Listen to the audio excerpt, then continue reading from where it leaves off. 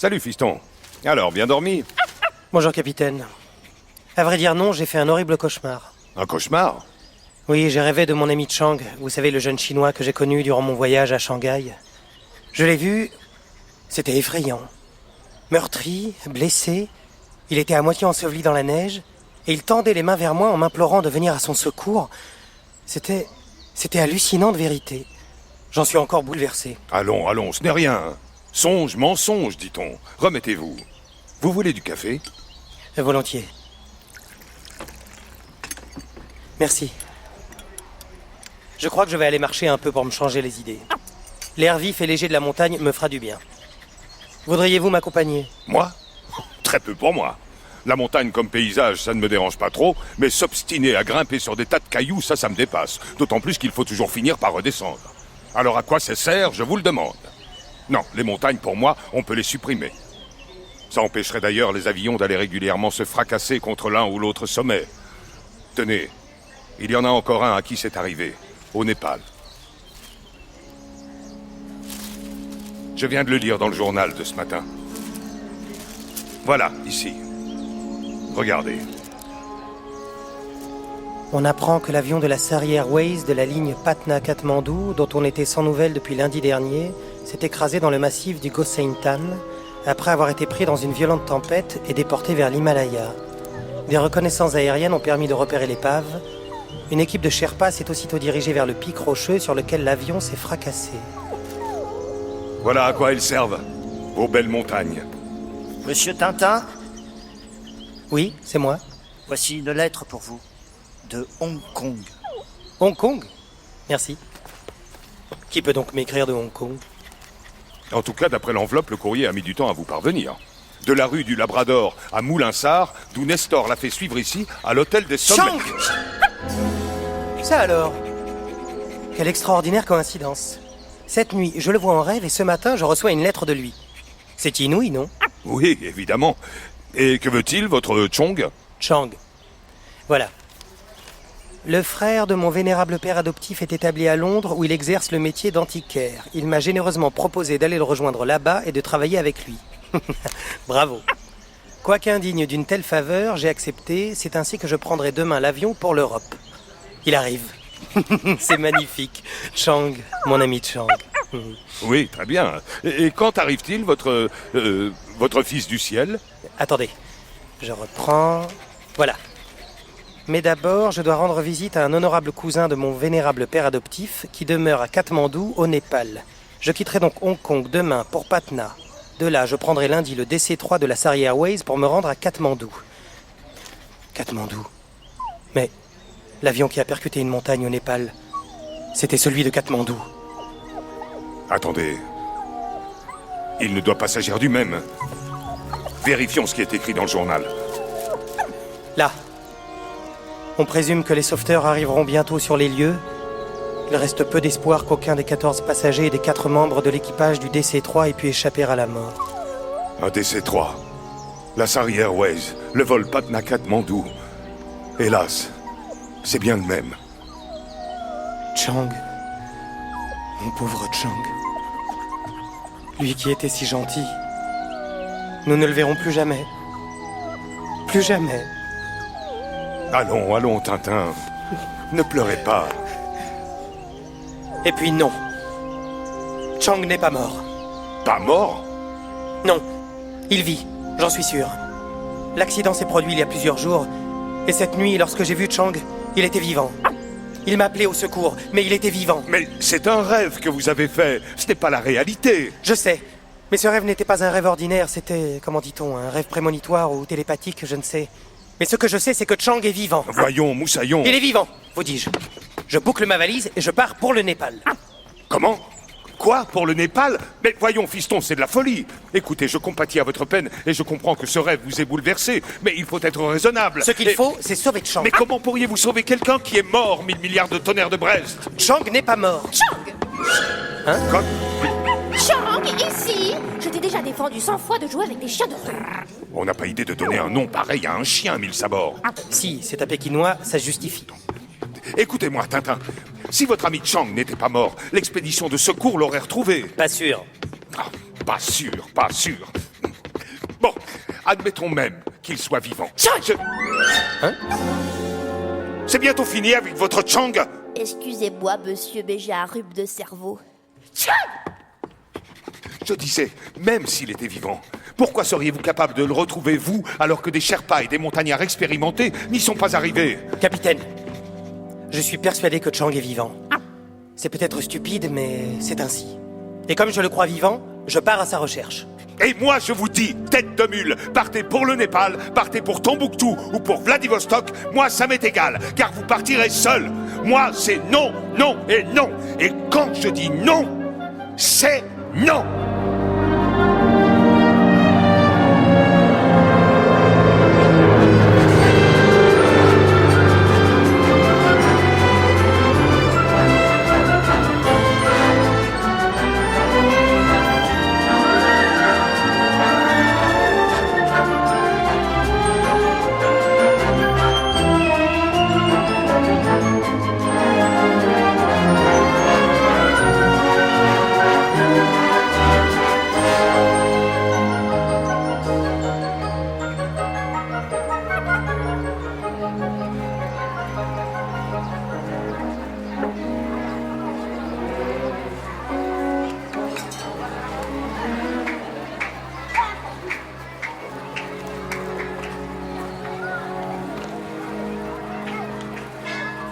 Voyons, Tintin. Tous les gens raisonnables vous le diront. Ce que vous allez faire là, c'est de la folie. Chang est vivant, capitaine. Chang est vivant, Chang est vivant. Tout ça parce que vous avez rêvé de lui. Moi, j'ai rêvé de Napoléon cette nuit. Ce n'est pas pour ça que je le crois vivant. Je ne suis pas une sorte de somnambule, moi. Je regarde où je vais, moi. Attention! Aïe, aïe, mille gardes, mille sabords. Pourriez pas regarder devant vous, espèce d'équilibriste. Et vous voulez laisser dire des choses pareilles, capitaine? Mais c'est cet Olibrius, enfin, qui... Profitons-en pour lui demander s'il connaît la boutique du parent de Chang. Pardon, monsieur, namasté. Mon ami ne vous avait pas vu. Pourriez-vous, s'il vous plaît, m'indiquer une boutique tenue par un Chinois? Chinese shop? Chinese shop.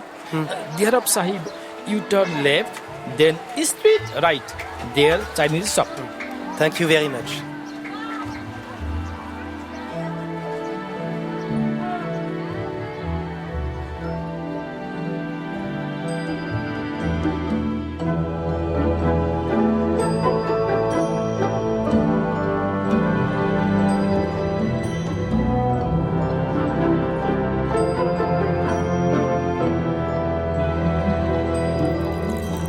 Alors, comme ça, vous connaissiez notre pauvre et regretté neveu d'adoption? Hélas, il est mort dans un accident d'avion. Justement, je crois qu'il n'est pas mort. C'est pourquoi je veux partir à sa recherche. Mais pour le retrouver, il me faudrait un guide expérimenté. Connaîtriez-vous un Sherpa qui consentirait à partir avec nous? Il y aurait bien un Tarquet. C'est le meilleur Sherpa de toute la région, le plus courageux. Et il était de l'expédition de secours. Mais je suis sûr de sa réponse. Non, Saïb. Non. Moi, pas vouloir risquer 3 vies, ta vie, celle de l'autre Saïb et la mienne, pour retrouver un mort. Mais justement, Tarquet, je suis convaincu que Chang n'est pas mort. Lui, mort, Saïb. Moi, était là-haut. Moi, vu avion cassé. Plus personne vivant. Puis, pas possible vivre là-haut. Trop froid, rien à manger. Toi, pas partir, Saïb. Toi, trop jeune pour mourir aussi. C'est le bon sens même, fiston. Ce Sherpa a 1000 fois raison. Je vous l'ai dit depuis le début, c'est de la folie. Il faut renoncer à ce projet insensé. Oui, ce que dit Tarquet est juste. C'est vrai, je n'ai pas le droit de risquer ainsi plusieurs vies. Bravo, enfin vous devenez raisonnable. Je partirai donc seul. Quoi?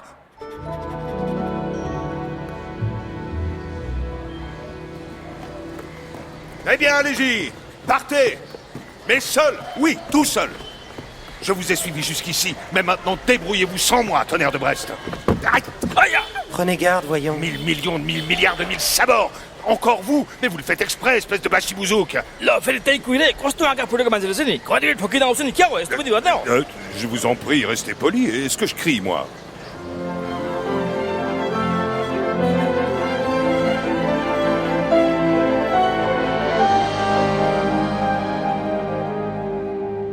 Et voilà.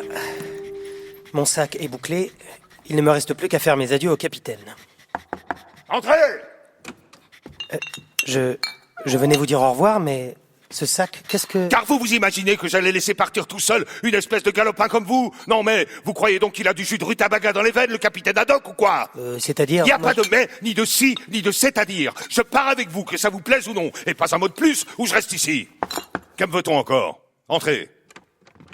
Sorry, Sahib. Mais c'est vous le gaillard qui me foncez dessus à tous les coins de rue. Que venez-vous faire ici, mille sabords? Sherpa Tarke, envoyez-moi Sahib. Lui faire dire tout être prêt. Moi, porteur Sahib. Eh bien, ça promet d'être gai. C'est bon, dites à Tarquet que nous arrivons. Vous vous demandez ce qui se passe, hein? Eh bien, puisque vous vous obstinez à partir, j'ai obtenu de Tarquet ce qu'il vous a refusé l'autre jour. Je l'ai décidé à nous accompagner là-haut. Capitaine, vous êtes le plus chic type de la Pas Terre. si vite, pas si vite. Il a uniquement accepté de nous conduire jusqu'à l'épave de l'avion, mais pas plus loin. Là, d'ailleurs, vous vous rendrez enfin compte qu'il n'y a pas le moindre espoir de découvrir encore un être vivant.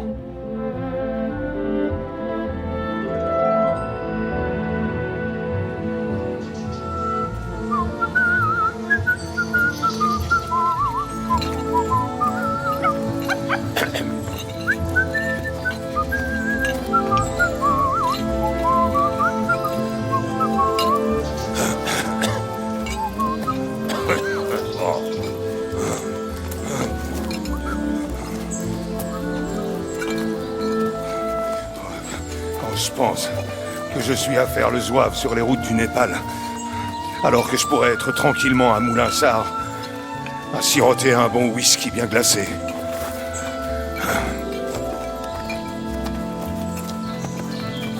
Mais, du whisky, tonnerre, j'en ai un flacon ou deux dans mon sac.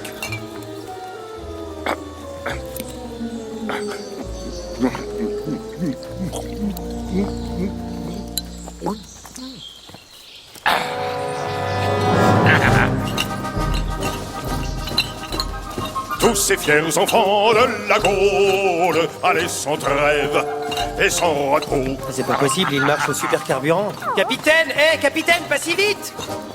Avec leurs fusils sur l'épaule, courage au cœur et sac au dos. Bah, laissez faire. Route encore longue. Nous, rattrapez-lui bientôt.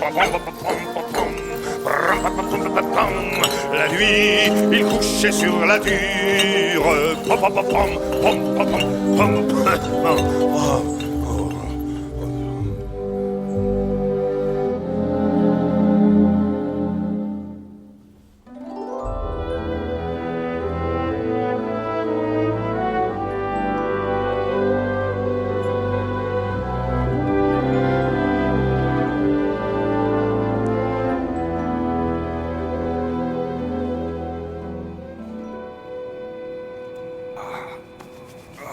Tonnerre de Brest, mes pauvres pieds. Enfin, demain matin, ça ira mieux. Bonne nuit, Tintin. Bonne nuit, capitaine.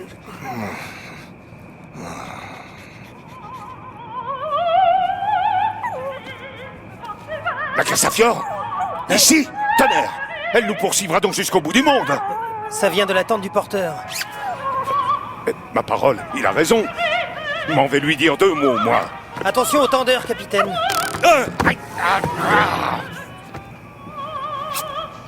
Vous allez me boucler ce transistor de malheur et plus vite que ça. Compris, mon gaillard? D'accord, Sahib. Où faut-il donc aller, tonnerre de Brest, pour avoir la paix? 1000 millions de mille sabords. Quand fabriqueront-ils des tentes qui tiendront debout sans tout ce fouillis de bouts de ficelle?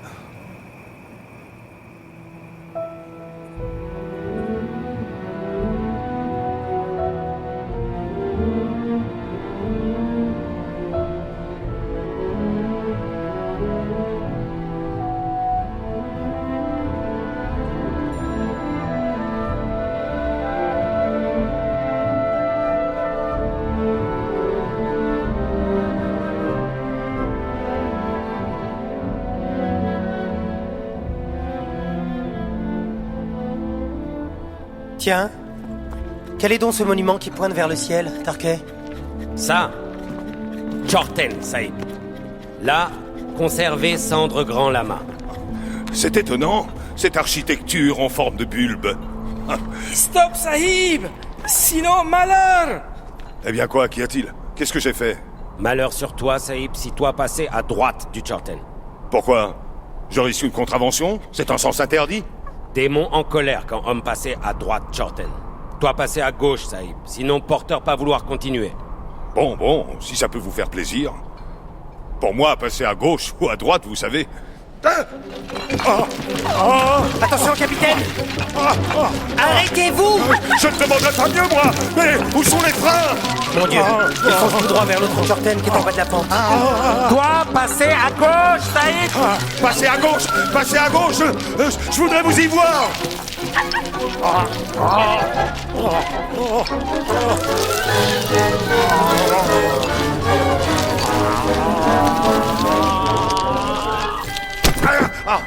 Mon whisky! Sauvé! C'est l'essentiel.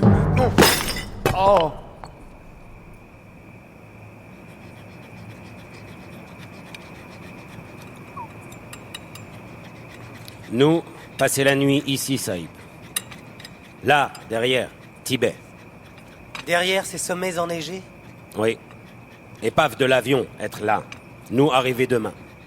Maintenant, nous manger Tsampa. Tsampa? Qu'est-ce que c'est que cette mixture? Tsampa, Saïb. Farine d'orge grillée avec thé, au beurre de yak. Ça a l'air bon.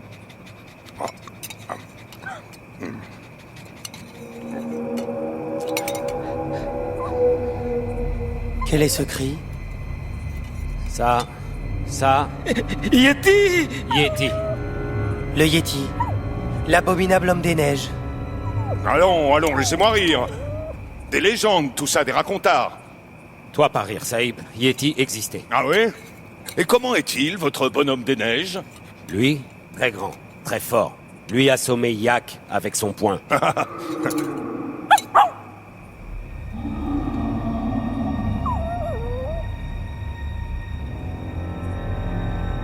Taratata, c'est le vent qui fait ce bruit-là.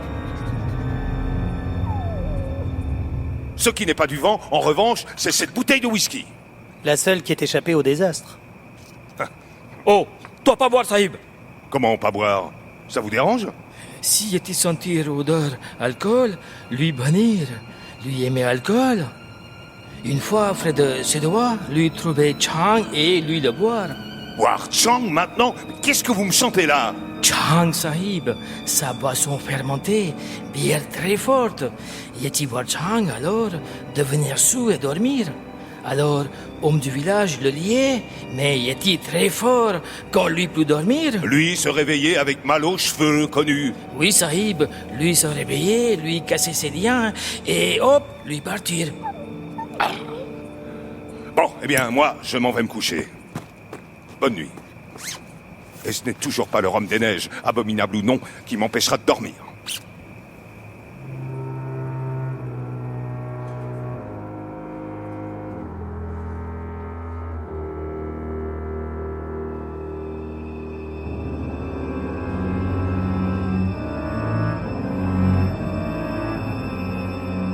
À suivre.